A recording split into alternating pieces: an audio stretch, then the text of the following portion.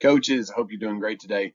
What we have here is if you've ever got stuck getting beat by a zone defense, what we have here is a zone splitter, is what I call it. You can call the play whatever you want to when you're out there, 1, 2, 3, green, purple, blue, whatever you want to call this. But this right here will help you beat any odd front zone. That could be a 3-2, that could be a 1-3-1, it could be a 1-1-3. So let's take a look. So typically, if you're set up against a 3-2 zone, you're going to have this as 2 up top, 2 down low, and 1 in the corner. Your 2 person here is going to be your baseline runner.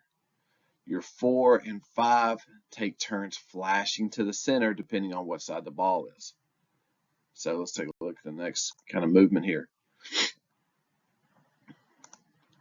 The ball swung over to the 2. Typically, your defender would come out, so you would just dump it down to the 4, and the 4 would put it up. Now, you could have the other defender come over to help, which then you would just simply dump over here to the 5, and the 5 would take it up for the layup.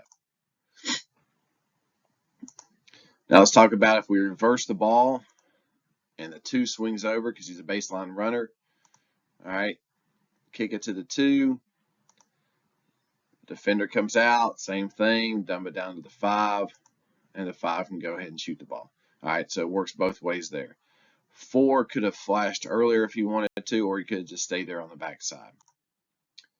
All right, now let's say the 1 has the ball, so the opposite big flashes, can dump it down to the middle. He can turn and shoot, or if this defender comes up, he can dump it down to the 4, or he can kick to the 2 for an open 3. All of these options you should be listing to your players for when they're playing a 3-2. Again, you're practicing this. We're just going through the options here. All right. So again, the ball gets reversed. My 4 flashes, my 2's in the corner, my defender moves over. Again, I swing it back. All of these move. 1 can go directly to the 4 if they want to. If they found that gap to where they're overplaying 2, because 2's a shooter, so he can just dump it straight down to 4, and 4 could go up. All depends on what you want to teach your guys to do. And then 1 could have dribbled over a little bit to 2. 4 can set a screen for 5. This is another wrinkle that you can put in there after a while. You can make it a set call.